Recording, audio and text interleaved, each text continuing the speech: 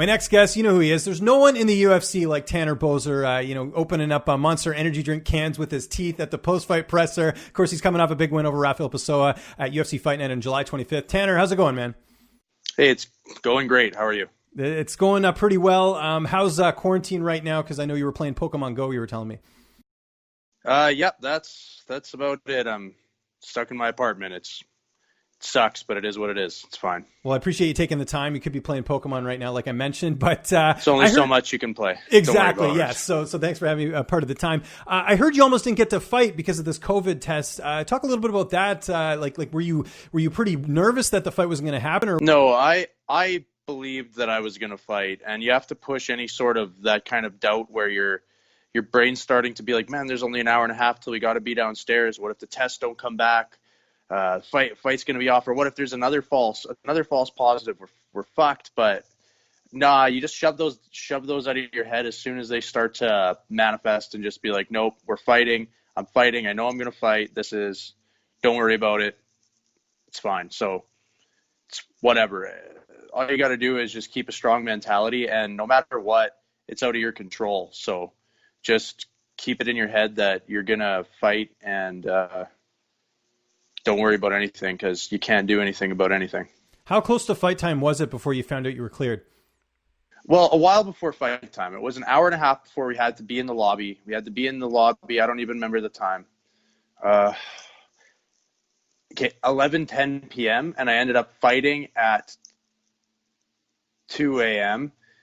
So we found out that they were cleared about an hour and a half before we had to go down to the lobby. So I suppose at about 9:30, we were good to go. Okay. Because I don't know if you heard, the same thing happened to Jesse Ronson. Do you think there's a conspiracy against Canadians or something on this card? No, I think there's a conspiracy in general.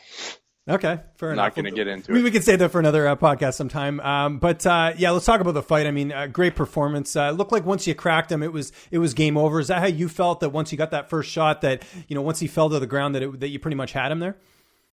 Yeah, I mean, I knew I heard him. He backed up to the cage with his hands up, and when he started to, I came in thinking he was going to swing at me. I faked and I came in cautiously, but he was hurt and he just wilted against the cage. So yeah, I knew I just had to pour it on, and I had him. And because of the weird time change, did you get to celebrate after the win? Take me through post-fight, what you got to do. Because I know it was, like you said, 2 a.m. local time, but I'm not sure if you stayed on, Alberta time or not. Went back to the hotel. We had a few beers, watched the fights. And the next day we went to Yaz Beach and swam in the sea and had some food there and some drinks. It was a good time. And then we flew back. That was everything we did. And how cool was it? I'm sure you found out during Fight Week, or maybe you knew before, that KB Bowler, your training partner, is going to be on Contender Series. Did you find that out, just leading up to the fight time, or did you know that a while back? We knew that a while back, but we couldn't really say anything. Yeah, but that still must be cool as a teammate. I mean, Teddy got his shot last year, now KB. I mean, personally, I think KB should just get the outright call, but you must have been pretty happy, and that must have given you kind of a little bit of a boost, just knowing your teammate could be in the UFC soon. Oh, I'm stoked for KB. I can't wait. It's going to be awesome. It's a good fight, and I think KB is going to make the most of his opportunity. He's an extremely skilled fighter. Can't wait for that fight. Of course, you got a bonus this time. That must have been awesome. What are you going to do with the money? I got to save my money and try. I want to buy a house. It probably won't happen right away, but I got to save most of it. I really do want to get an old Camaro or Trans Am, but I don't want to get anything too nice because I don't have a garage and I don't want to leave it in my parking lot of my apartment all the time, all winter and everything. So I'll probably keep my eye out and see if I can't find, something that's just around the $5,000 mark for fun to rip around in the summer. But that's just if it comes up. Mostly I got to save my money, and I'm going to pay off my truck. I'm going to pay off my truck and pay off my last year's taxes, and then hope that one of these days I'll be able to buy a house. Awesome. Okay, well, that's good. I'm glad to see you got it, because I know last time you had a great knockout, but obviously there were some other performances that the UFC felt, I guess, deserved it a little bit more. Have you talked to the UFC after, or has your management? Because they must have been pretty happy that's the second straight finish for you. I I think my manager's been in contact, but I haven't heard anything about that. But I'm sure that they are happy. That's why I got the bonus. The bonus is probably for a combination of things, not just that one performance, honestly. Yeah. No, and it's good to see you be rewarded. Again, you've looked great in the UFC so far. Any headway on the Mo Green fight? I guess you're going to kind of just wait and hear what your manager has to say, because you've asked for him twice now. I know this was a short notice fight, but that still seems like the plan for you. Yeah, I mean, I just got to wait and see if the UFC decides that that's the one to put together. That's all I can do. Doesn't matter to me. I heard you got to hang out a bit with Jesse Ronson this week, which was pretty cool. He said he had a really good time. I know you guys were on the same plane ride home. Yeah, we were beside each other on the plane ride home. He's a good guy. I've seen him around. I've met him briefly before, but I never really got to talk to him. He's a good dude. I was really happy to see him get that win. And he mentioned to me that you were drinking wine on the plane. I'd peg you more as a beer guy. Did he give you a hard time about that? He didn't say anything about it.